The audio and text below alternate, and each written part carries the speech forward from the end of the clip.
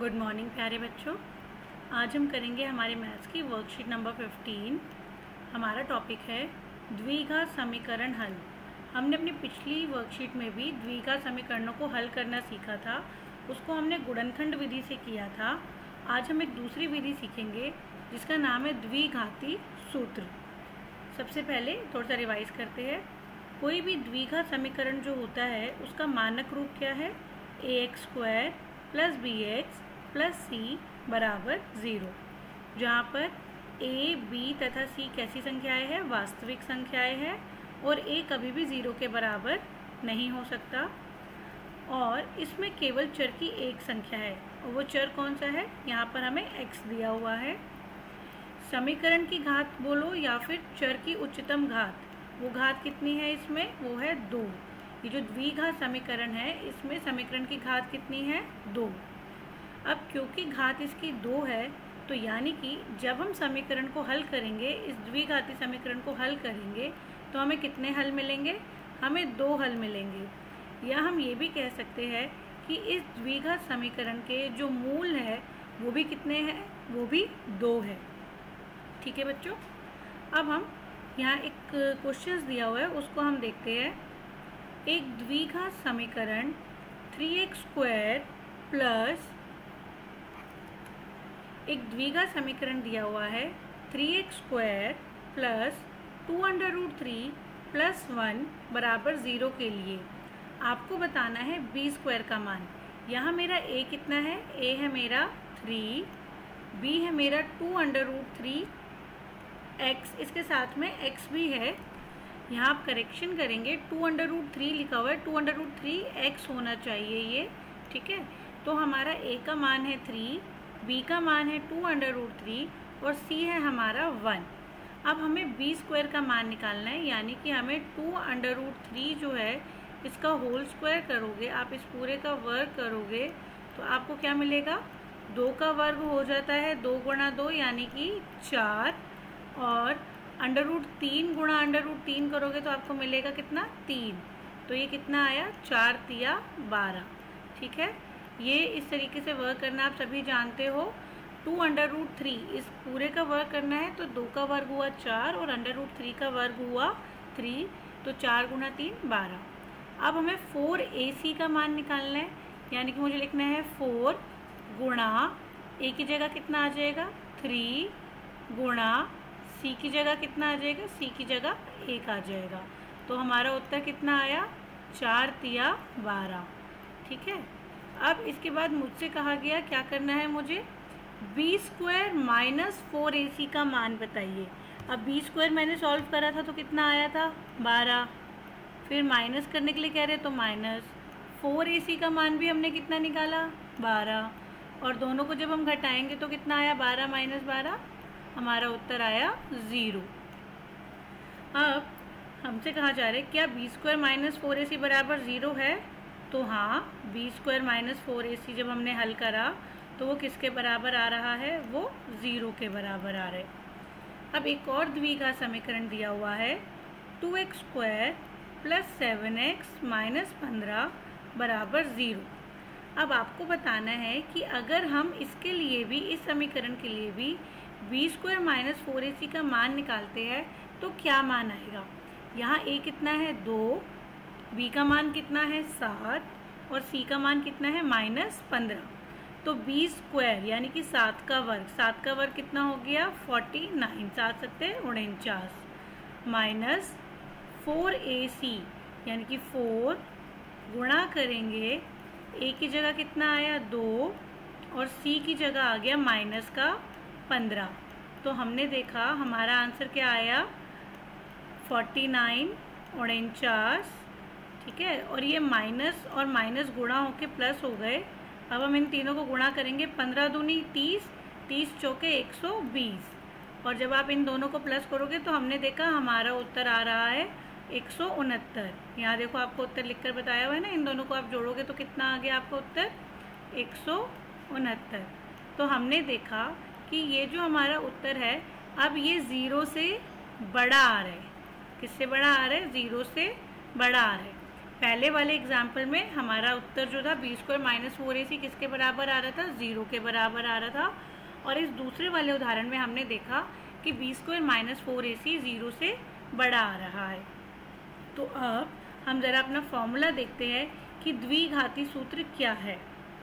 किसी द्विघात समीकरण ax² plus bx plus c बराबर 0 के लिए यदि b² माइनस 4ac 0 से बड़ा या 0 के बराबर होता है तो द्विघात समीकरण के मूल अथवा हल होते हैं। तो यानी कि सबसे पहले जब भी आपको कोई द्विघाती समीकरण दिया जाएगा तो आप उसमें उसके गुणांकों को पहचानेंगे, a b c को पहचानेंगे और फिर आप b² माइनस 4ac निकालेंगे। अगर आपको जो उत्तर आ रहा है b² माइनस 4ac का वो 0 आता है या 0 से बड़ा आता है तो इसका मतलब कि आप उस समीकरण को हल कर सकते हो, उसके हल निकाल सकते हो, उसके मूल निकाल सकते हो। ठीक है, तो आपको ये कंडीशन हमेशा याद रखनी है कि मूलों का अस्तित्व कब होता है, मूल कब एग्जिस्ट करेंगे, जब b² माइनस 4ac जो है इसको जब आप सॉल्व करके आंसर निकालोगे और वो आंसर 0 या 0 से बड़ा होगा। अगर आपका आंसर माइनस में आ रहा है यानी कि 0 से कम हो रहा है तो यानी कि माइनस में आ रहा है तो उस द्विघात समीकरण के कोई भी हल नहीं होगा। ठीक है बच्चों, अब इसके बाद देखते हैं द्विघाती सूत्र। द्विघाती सूत्र कहता है कि अगर आपके समीकरण के हल है यानी कि b² माइनस 4ac 0 से बड़ा या 0 के बराबर आ रहा है तो x की दो वैल्यूज़ होंगी, x की दो वैल्यूज़ होंगी क्या क्या, x बराबर minus b plus minus under root में, ये अंडर रूट का साइन है पूरा, अंडर रूट में b² माइनस 4ac बटे में 2a। यहाँ हम देखो ध्यान से देखो, आप प्लस माइनस लिख रहे हो यानी कि दो मूल है। पहला मूल निकालने के लिए आपको प्लस का निशान लगाना है, आपका फार्मूला बनेगा यानी कि minus b plus under root में b² माइनस 4ac बटे में 2a। और दूसरा क्या वैल्यू आएगा x का, दूसरी वैल्यू x की आएगी माइनस b, अब माइनस का निशान आ जाएगा, माइनस अंडर रूट में b² माइनस 4ac बटे में 2a। इस सूत्र को हम कहते हैं द्विघाती सूत्र। क्या कहते हैं हम इस सूत्र को, द्विघाती सूत्र। अब हम इस द्विघाती सूत्र से कुछ सवाल हल कर देखेंगे। एक सबसे पहले एक सीधा सवाल, एक डायरेक्ट क्वेश्चन हम देखते हैं। हमें कहा गया है द्विघात समीकरण x² माइनस 4x प्लस 2 बराबर के 0 के मूल ज्ञात कीजिए। क्वेश्चन में मूल ज्ञात करो आए या हल निकालो, तो यानी कि आपको सॉल्व करके x का मान निकालना है। ठीक है, अब हम इसको गुणनखंड विधि से भी कर सकते हैं, लेकिन आज हम इसको कर रहे हैं कौन सी विधि से, हम इसको हल करेंगे अपने द्विघाती सूत्र से। a का मान कितना है, इसके आगे कोई गुणांक नहीं है यानी कि a हो गया 1, b का मान कितना आया -4 और c का मान है 2।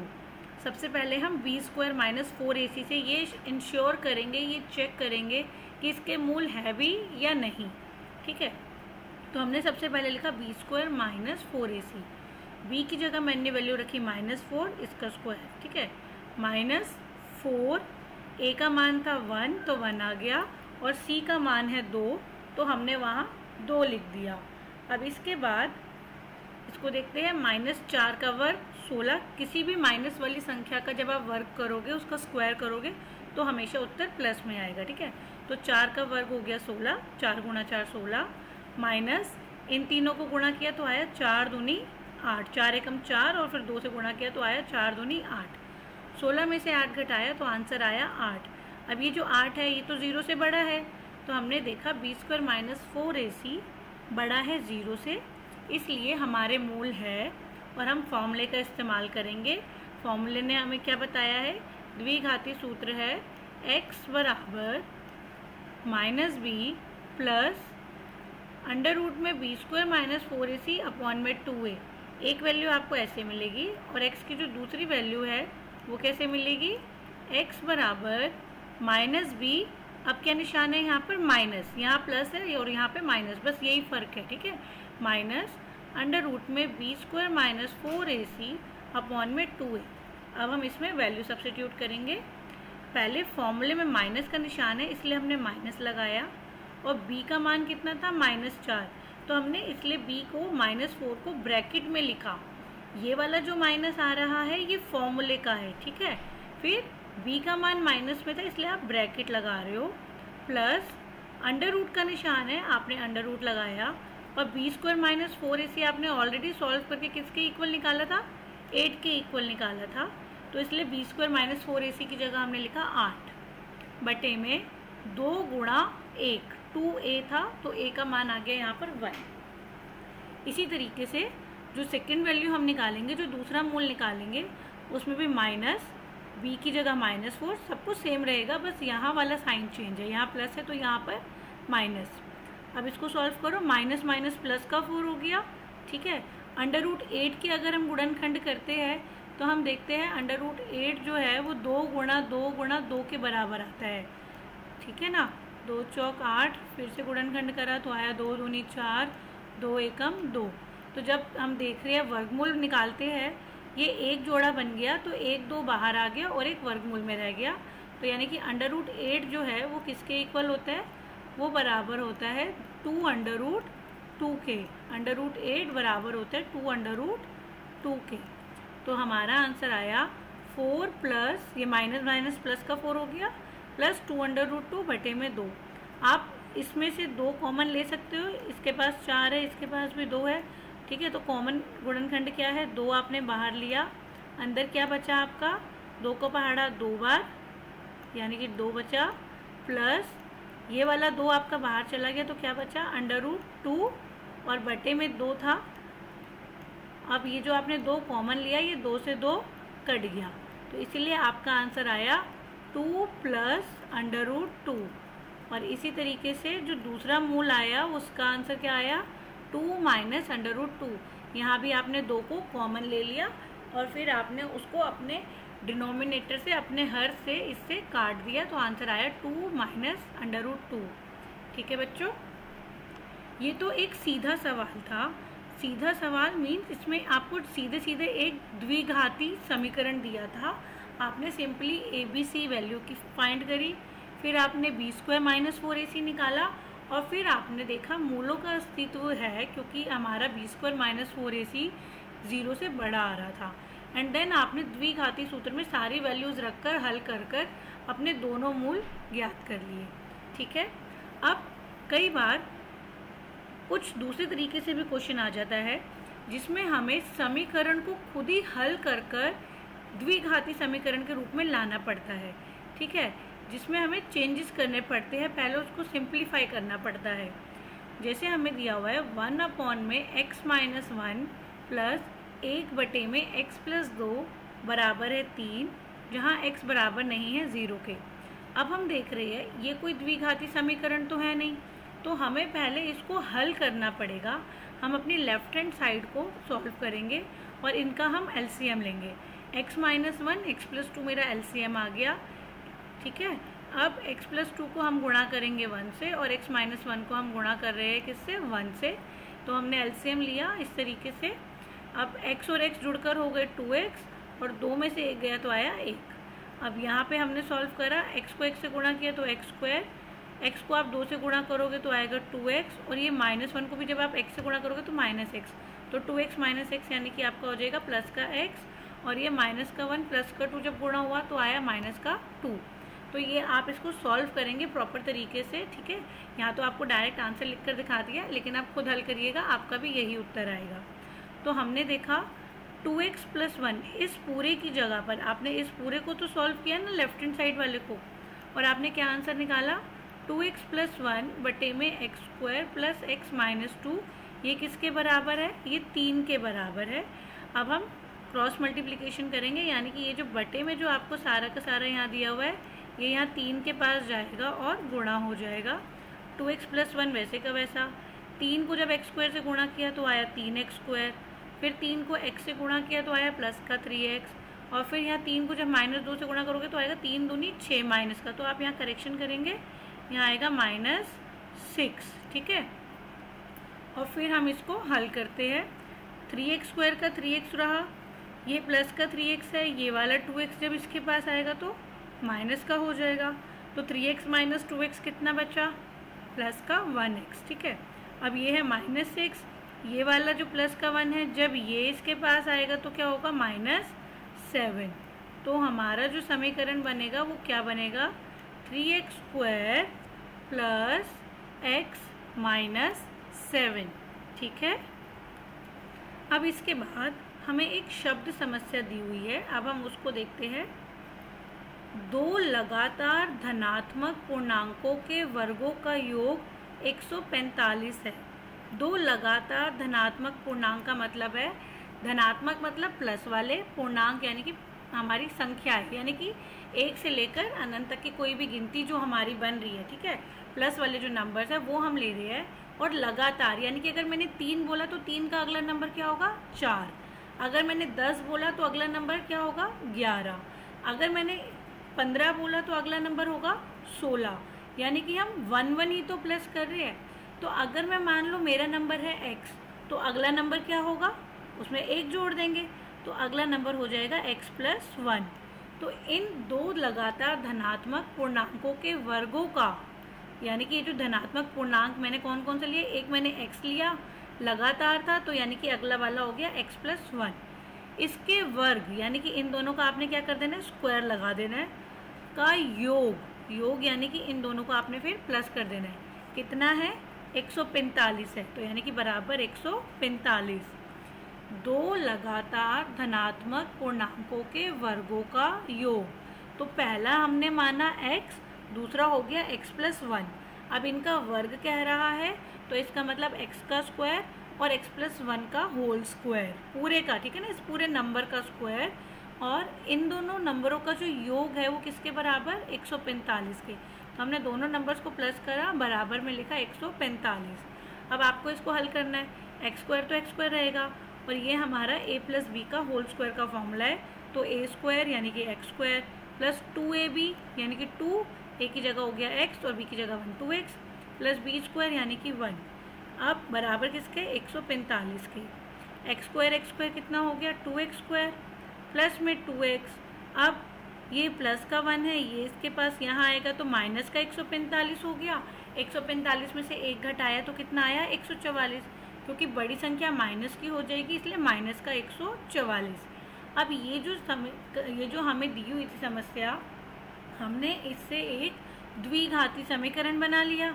अब हम आराम से इसके मूल निकाल सकते हैं। ABC को आइडेंटिफाई कर लो और फिर b² - 4ac निकालेंगे और फॉर्मूले में रख देंगे, ठीक है ना। अब इसके बाद कुछ सवाल जो आपको खुद करने के लिए दिए हुए हैं, एक बार उन्हें देखते हैं हम। हमारा पहला प्रश्न है, b² - 4ac छोटा है 0 से होने पर द्विघात समीकरण के मूल ज्ञात कर सकते हैं। आपको बताना है कि ये सत्य है या असत्य है। हमने अभी ऊपर पढ़ा था कि b² - 4ac कैसा होना चाहिए, बड़ा होना चाहिए 0 से, बड़ा होना चाहिए या बराबर होना चाहिए 0 के, तभी आप मूल ज्ञात कर सकते हो। इसका मतलब ये कथन कैसा है, ये कथन असत्य है।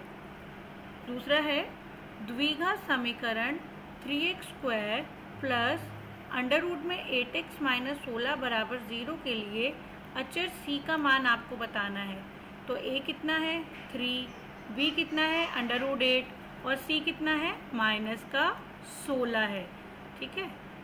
अब इसके बाद आपको दिया हुआ है, ऊपर दी गई शब्द समस्या के पूर्णांक ज्ञात करिए।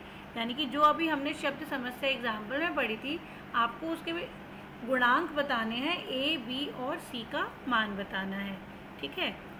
चौथा प्रश्न है, द्विघाती सूत्र के प्रयोग से x - 1 बटे में x + 2 प्लस x - 3 बटे में x - 2 बराबर 11/8 के मूल ज्ञात कीजिए।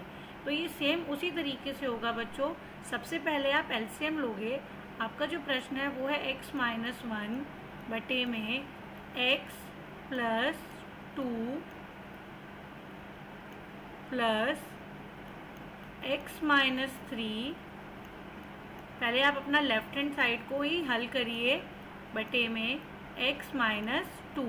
जब आप एलसीएम लोगे तो आपका एलसीएम आएगा x + 2 और x - 2, x + 2 और x - 2।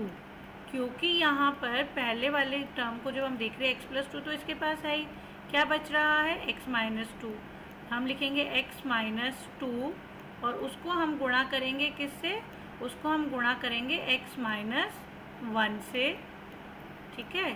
प्लस, यहाँ प्लस का निशान था तो प्लस x माइनस 2 तो है ही, तो क्या बच रहा है, x प्लस 2 और उसको फिर हम गुणा करेंगे x माइनस 3 से, जो हमारा अंश है उससे।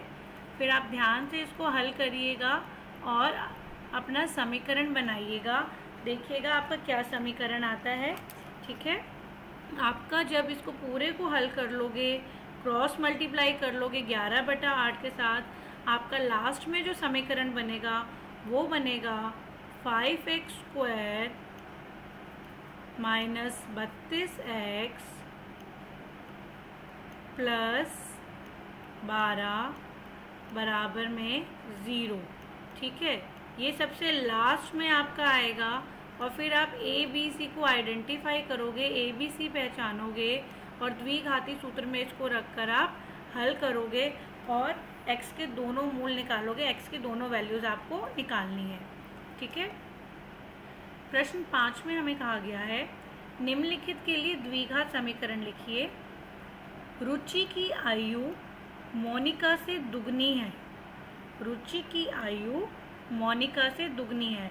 तो यानी कि अगर हम मोनिका की आयु को x मान लेते हैं, ठीक है, अगर हमने माना कि मोनिका कितने साल की है, मोनिका की वर्तमान आयु हमने मान ली x वर्ष, कितनी, x वर्ष, और रुचि की आयु उससे दुगनी है ना, तो रुचि कितनी हो जाएगी, उससे दुगनी है, तो फिर वो हो जाएगी 2x।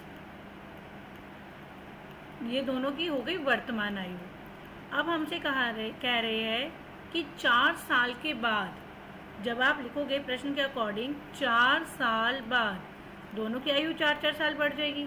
अगर आप अभी 14 साल के हो तो 4 साल के बाद आप कितने हो जाओगे, 14 + 4 यानी कि 18।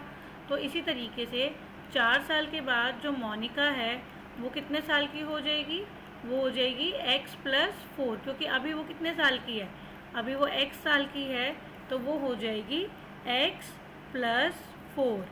इसी तरीके से जो रुचि है वो हो जाएगी 2x + 4। दोनों की आयु 4-4 साल बढ़ गई ना।